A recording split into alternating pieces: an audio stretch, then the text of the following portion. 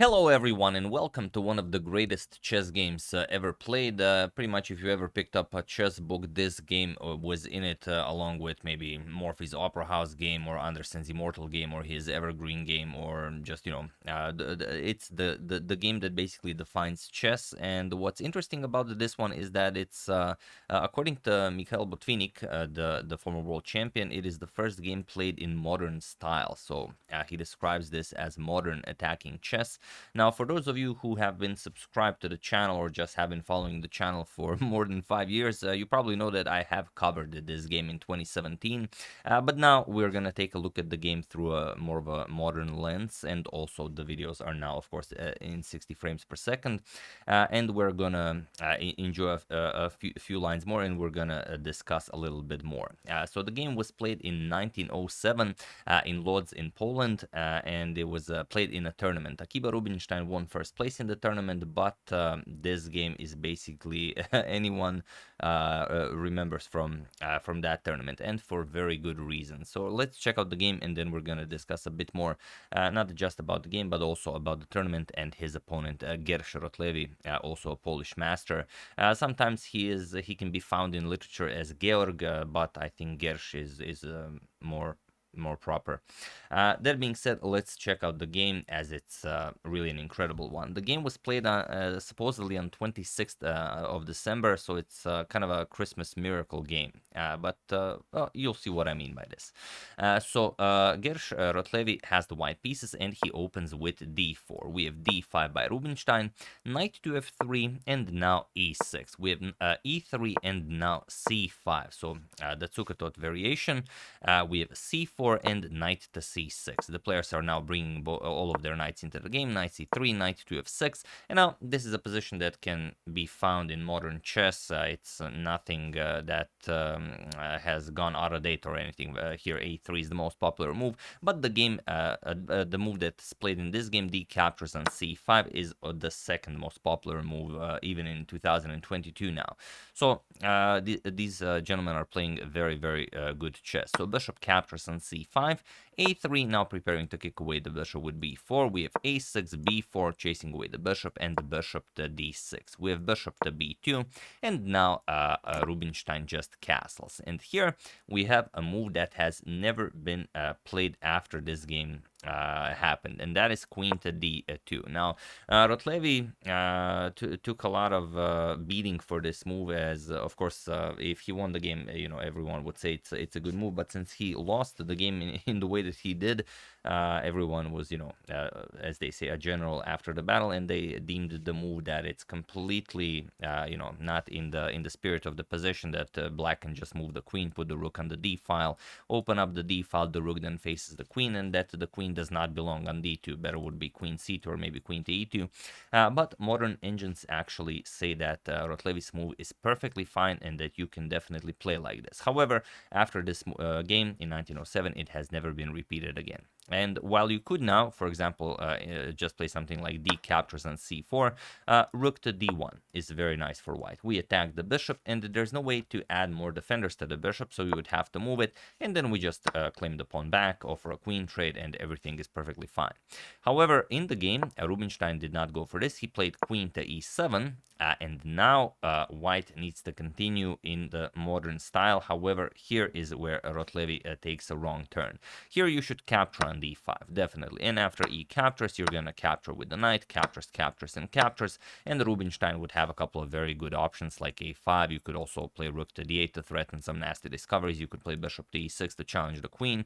So it's a perfectly fine position for both white and black. But after queen to e7, Rotlewi played bishop to d3, and this gives Rubinstein just a little bit too much, because now he captures on c4, forces Rotlewi to waste the tempo. Bishop captures on c4. We have b5 now. Again, he creates this b7 square for his light square bishop to be developed, everything with tempo, as the bishop is attacked again. Bishop back to d3, and now rook to d8. And now, okay, now you definitely could say that the queen does not belong on d2, and I'm sure the masters of that era had this position in mind when they were, beating him up after the game. But okay, now he plays queen to e2, as the queen really does not belong on a d file now, and bishop to b7. You can see now that Rubinstein's bishop pair is definitely fully operational, but also Rotlewi's bishop pair is fully operational. So it's not a bad bishop pair. Here we have castles by Rotlewi, and now knight to e5. This is where Rubinstein really kicks it up a notch. He plays knight to e5, and now he opens up his light square bishop. Knight captures on e5, bishop captures on e5, and here you are threatening, well, a lot of really cool moves with black here. Just, you know, the simple bishop captures, king captures, queen to d6 check and pick up the bishop, or even if something like rook 8 to c1 is played, we can even play rook captures on d3, and this will allow Rubinstein to have a devastating attack. Let's say queen captures on d3, now knight g4, and everything is attacked. h3 is attacked, queen is coming to h4, the bishop here is just a monster, and after something like h3, we still play queen h4, and that's it. You can't capture because of checkmate. And after you play something, let's say you want to block the light square bishop, we just play bishop h2 check, remove one of the defenders of the f2 pawn, king moves, we're going to capture here with check. Rook has to capture because if he doesn't, the queen hangs, rook captures, queen captures, and now it doesn't matter, king captures, we're going to capture on b2, and white is, well, pretty much completely busted. The king is wide open. We still have a light square bishop. We're up a pawn, so also we're up material. This would be a very easy game for Rubinstein. So instead, after bishop captures on f5, we have f4 now, challenging this bishop, and now comes bishop to c7. So while f4 does block this diagonal, it also leaves the e3 pawn very weak, and it's not much. So here e4, he wants to advance this pawn all the way to e5. That will sort of improve his position, but only ever slightly. Here, rook 8 to c8. Rubinstein finally completes development, and now comes e5, challenging the knight here. But the problem is you don't have to move the knight to any silly squares, because after bishop to b6 check, king to h1, now the knight comes to g4, and the queen is the only piece defending the bishop on d3. So if the white queen captures on g4, we're just going to capture on d3, and well, we're going to have a great position. And also, if you try to win some material with bishop captures on h7, king captures and queen captures on g4, then rook d2. And how are you defending this? g2 pawn is hanging. Once you defend this, you're going to lose the bishop on b2. So you can see that black's position is in fact much better. So here we have bishop to e4, getting the bishop out of harm's way from the d3 square, and also countering Rubinstein's very strong bishop here. But now here comes queen to h4. Knight captures on h2 is also possible, and it is in fact the top move recommended by the engine, but it's not nearly as awesome as the idea that Rubinstein had. And for a very specific reason, because Rubinstein plays queen to h4, he's threatening checkmate with queen captures on h3, on h2, and there's no good way to prevent this. If you play h3, which of course is something you can do, we will just remove the defender of the bishop on e4. Rook captures on c3. And now, after bishop captures on c3, we capture on e4, and now what do you play? There's really not all that much. If you play queen captures on e4, we just play queen g3, and we are checkmating you now. If you capture the knight, this is still checkmate because the bishop covers the g1 square. So you can't really capture the bishop here. And if you capture the knight, which is the next best thing, then we play queen captures, h captures, and now rook to d3, and there's no defense. Again, this bishop will be lost because if you try to save the bishop, then rook to h3 is checkmate. The bishop covers g1, and this bishop is pinning the g2 pawn. So once you defend against mate with something like rook to g1, or maybe even king to h2, we're just going to pick up the bishop, we're up material, and of course black is completely winning. So after queen to h4, Rotlewi played g3. Makes a little bit more sense. Now the queen guards the h2 pawn and also the bishop here, but that's kind of the thing. You can't really have the queen guard the h2 pawn and the bishop on e4, because here Rubinstein finds a beautiful move, and I'm pretty sure that he found this idea when he played queen to h4 instead of that knight captures on h2 idea, and that is rook captures on c3. Here Rubinstein offers a full queen, and well, like I said, the beauty of the queen offering is that you can't you have to find one very specific move in order to play it. And you can't decline the queen sacrifice. If you just take the rook, bishop captures here. Again, just bishop captures on e4. And we know that the queen has to keep an eye on the h2 pawn. So rook f3, we have to give up something. Then just bishop captures on f3, queen captures, and queen captures on h2 will be forced. So after rook captures on c3, g captures on h4. Rotlewi accepts the queen on h4. And now you have to find the move that wins the game for Rubinstein. It is the only move that wins the game for Rubinstein. So feel free to pause the video and try to find this spectacular idea while I give you a couple of seconds.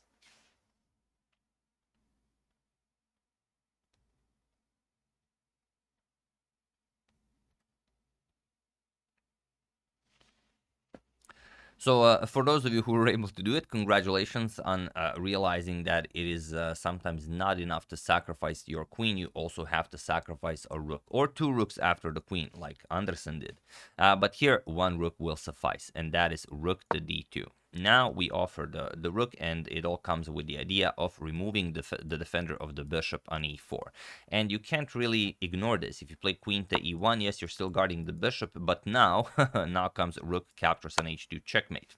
So that rook to d2 was not just, for show. So here, queen captures on d2 was played, and now we have finally bishop captures on e4. And look at this. This is one of the most operational bishop pairs in chess history, definitely. There is no way to parry this. Queen to g2 was played, but now you have to be careful not to butcher your masterpiece, because of course you could capture the queen and you'd still have a better position, but only a slightly better one.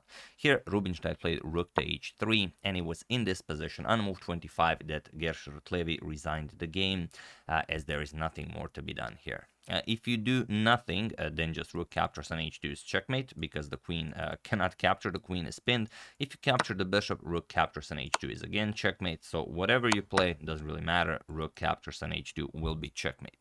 So really one of the greatest chess games ever played, and to make it even better, it was played with the black pieces. So both of them played extremely well, and it's no wonder that Botvinnik considers this game to be the first, sort of the first famous modern attacking game. Because players just played incredible chess, and even this queen to d2 idea that everyone completely trashed him for is seemingly perfectly fine according to the engine. And if you think, okay, Rotlewi, he was probably not someone who's pretty good at chess, as not a lot of people maybe heard about him, and sort of pretty much everyone who plays chess knows of Akiba Rubinstein. He was in fact incredible. He played chess not for a very long time. His chess career was very short, but he had tournaments where he tied with Rubinstein for first place. And here is the tournament that he considers his finest achievement. Let me just let me just put this in perspective so we can fit everything. It's a tournament. Let me just check. I don't want to trick you about the year and everything. Let me just check real quickly. Yeah, it is from the tournament that he considers his greatest achievement, the Carlsbad tournament of 1911. And here you can see that he finished fourth, and winner was Richard Teichmann, and Akiba Rubinstein in second place, tied with Karol Slechta, but he won fourth place ahead of some incredible names like Frank Marshall, Aron Nimzovic, Milan Vidmar, Paul Leonhardt, Savely Tartakover, Ulrich Duras, Alexander Aljechin, Rudolf Spielmann, and the list goes on. So 26, very strong players. He was able to win fourth place in this competition. So this only shows you how incredible of an achievement this victory was for Akiba Rubinstein. He didn't just win this game; he also won the entire tournament. But this game is what everyone remembers for. But Georg Rotlewi, people would probably hear a lot more about him, and his career would probably go on for a very long time. It would be very successful and maybe even lucrative. but he suffered sort of a mental disorder, and he had to quit playing chess. He couldn't continue, and he died very, very early on. He died in 1920 at the age of 31. And I don't know if I mentioned, he was only 18 years old when he played this game against Rubinstein. But yeah, this is Rubinstein's Immortal game, but it takes two to create an Immortal game, and here you can see what a magnificent masterpiece it is, and also how very well both of them played. So yeah, that's the game. Hope you guys enjoyed it, and that you've enjoyed this little remaster at 60 frames per second. So hope you guys enjoyed it. I would like to thank Willie Manuel, Said Ali Ashemi, Alexandra L, Rushwood Networks, and Julie Mosley for a contribution to my channel. Thank you a lot. I really appreciate it. As usual, you can check 2 of my previous videos here. Thank you all for watching, and I will see you soon. Continuing to check up on your wonderful suggestions, and maybe even brush up on an old video such as this one. So thank you all. I will see you soon, and have an excellent rest of your day.